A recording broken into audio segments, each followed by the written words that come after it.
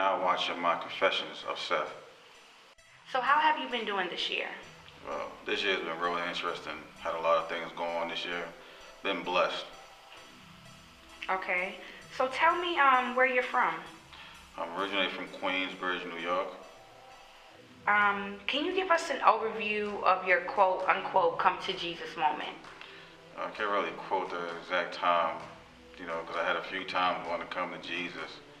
But like I say, my strong time is basically being in the streets, knowing that I couldn't do what I do anymore. So I just turned myself to God. Okay. What are some challenges that you face in being a believer? Some challenges that I face, being honest, are in the church. The Christian people. They're more judgmental than people of the world today. And how do you deal with that? The best way I can. I deal with it by praying.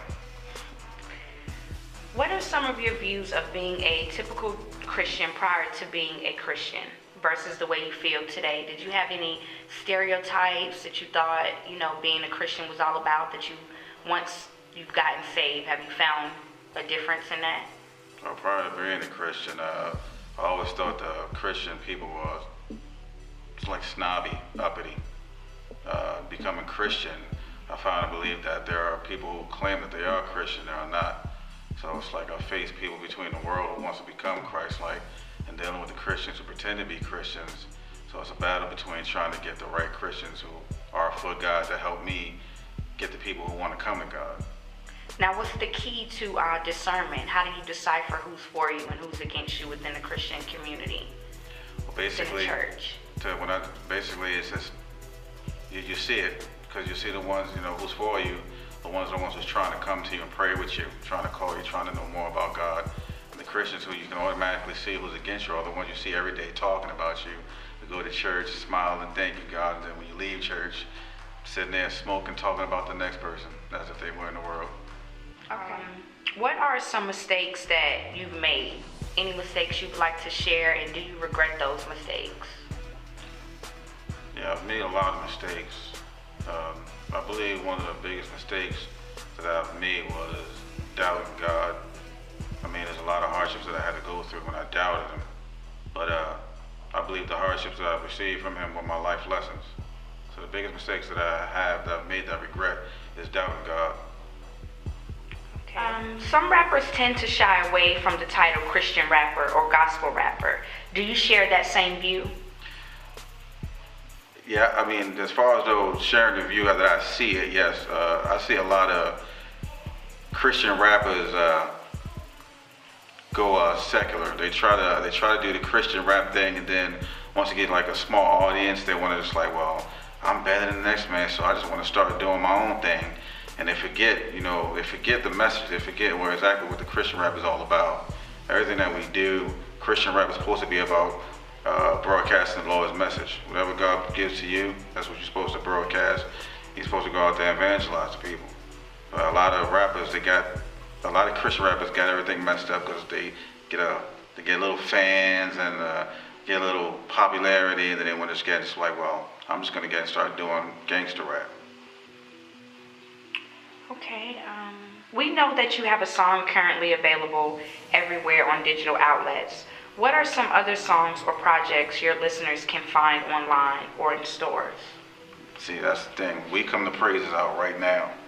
And I don't want to put anybody on any type of blast, but I have a lot of music, but it hasn't been out because I wasn't able to record. Don't understand the reason why, but my fans now can start to look forward to within the next month. I got a lot of projects coming out, and this is one called Message to Christians. The Message to Christians, I talk about a lot of Christianity people trying to be Christian, but playing that role, but really not being a Christian. Okay. Are there any current events coming up to see you live? Will you be performing anywhere soon? Well, right now I'm working in the studio right now, so I won't be able to answer that probably till like early February. Okay.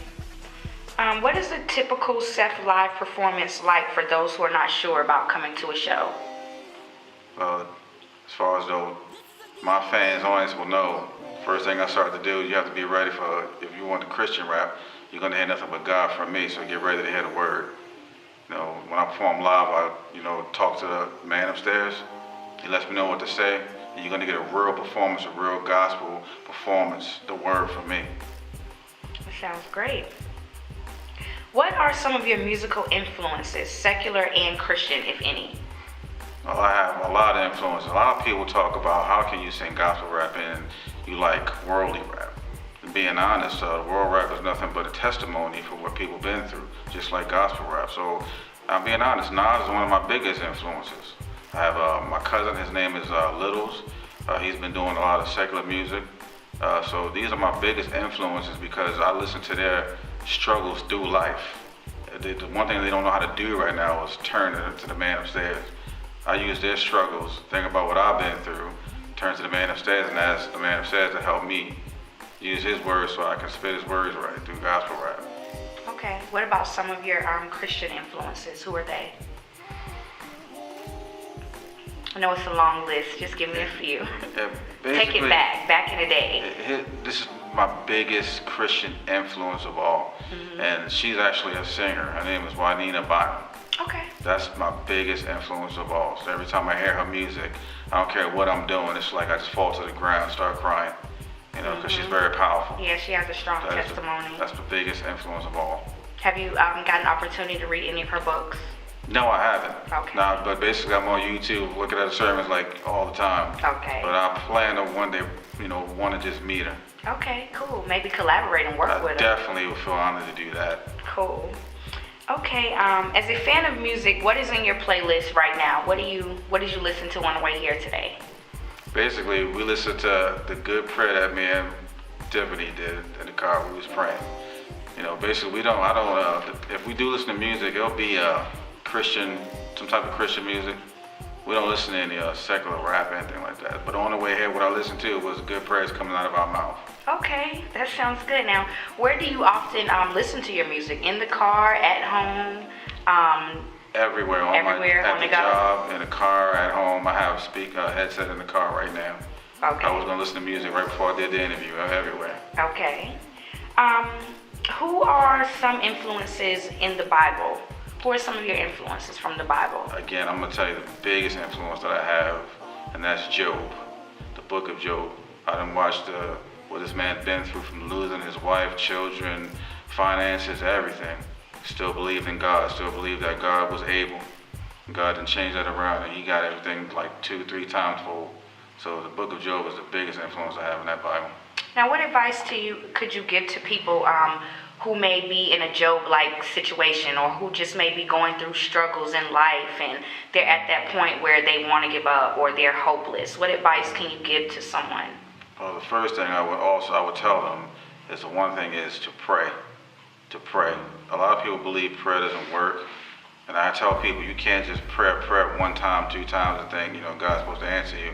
God needs to see how faithful you are. And get with a group of people, real Christians, who wants to pray with you.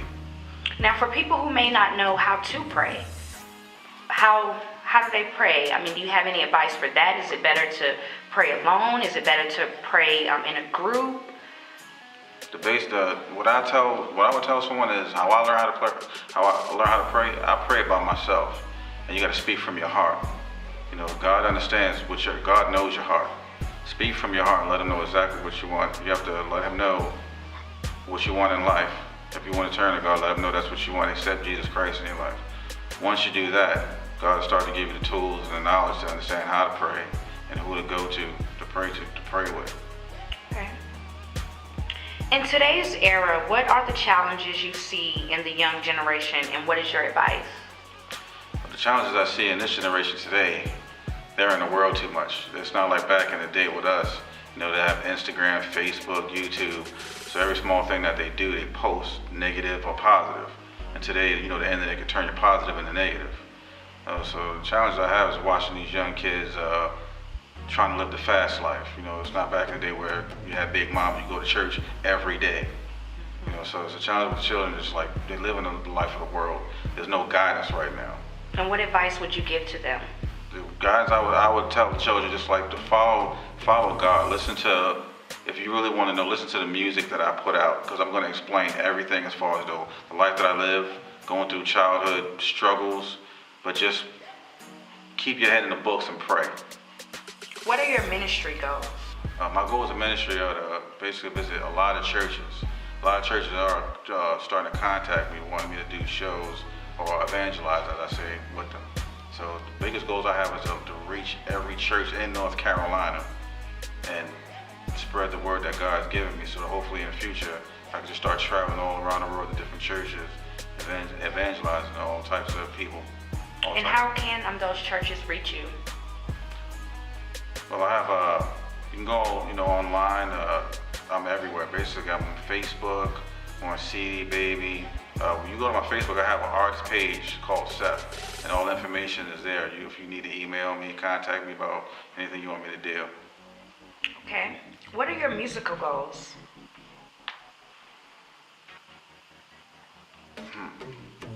Are you saying right now you're writing, you're building the album, working to get into the studio? Like, by next year, you plan to have an album, a mixtape, couple videos? Like, where do you want things to progress from here? Yeah, the ministry goals I have to do something that no Christian rapper has ever done before. Basically, I want to collaborate with all type of artists, the artists of the world, artists of rock, pop. Today, I want to collaborate with every last one of them. Because the fact is, I want to get with everybody, all people know that I represent God. When you hear the words you speak out my mouth, it's going to represent the Lord. So it doesn't matter who I'm on the stage with. I can use that same. God can use me to use that person to do the same Christian rap, to sing something like of the word of Him. That's great. What about your business goals? My business goals, I have so many business goals. I want to open up like shelters for the homeless. I want to open up better schools for the kids. But right now, business-wise, I'm going to focus on my music, because I plan to, have my own record label one day. Okay. Are you currently working on a solo project? Yes, I'm currently working on a project called Message to Christians, as well as another project called Enough. Okay. Are you collaborating with anyone outside of that? No, I'm not going to collaborate with anyone. I feel as though I need to go strong on these two projects and let people exactly know what God has done for me. So I believe I need to be by myself on those ones. Now, can you give the audience your social media platforms, spell your name, and tell me where they can find your music and find your videos? Yes, you can find my music on cdbaby.com. I'm on iTunes. I'm on Facebook, Seth Sanchez. Also Facebook artist page called Seth. I'm on Instagram, Seth_AES. You can find me on all those outlets. And can you spell your name for me? Seth, S-E-T-H, S-A-N-C-H-E-Z. Okay. Now, is there anything else that you would like to tell the people? Anything about you? Any words of advice, encouragement? Anybody you want to shout out? Just anything else you want to say? Basically, I want to say to the people, never give up on your dreams. Never give up. There'll be times, plenty of times you get shot down, but you just got to keep getting back up, keep praying. You keep working hard, keep praying, God's going to provide. And how long have you been rapping? And were you a secular rapper before you became a Christian rapper? Yes, I've been rapping for over 10 years. I was in the world doing secular rap in the world. Yes, I was. And then came to the time it's like just enough's enough. I mean, secular rap, you're really not rapping about anything. It's the same thing. Females, cars, money. That's it. That's all the message is when that secular rap is. When you go to gospel rap, you hear so many messages that God has in that Bible for you. And any message that is from that Bible, there's a message to help somebody today. That's great. Thank you so much. Well, I've enjoyed this interview, and God bless, and I wish you the best on your journey. I appreciate it. Thank you. You're welcome. Hey everybody, how you doing? This is Seth Sanchez. You are now watching my Confessions of Seth.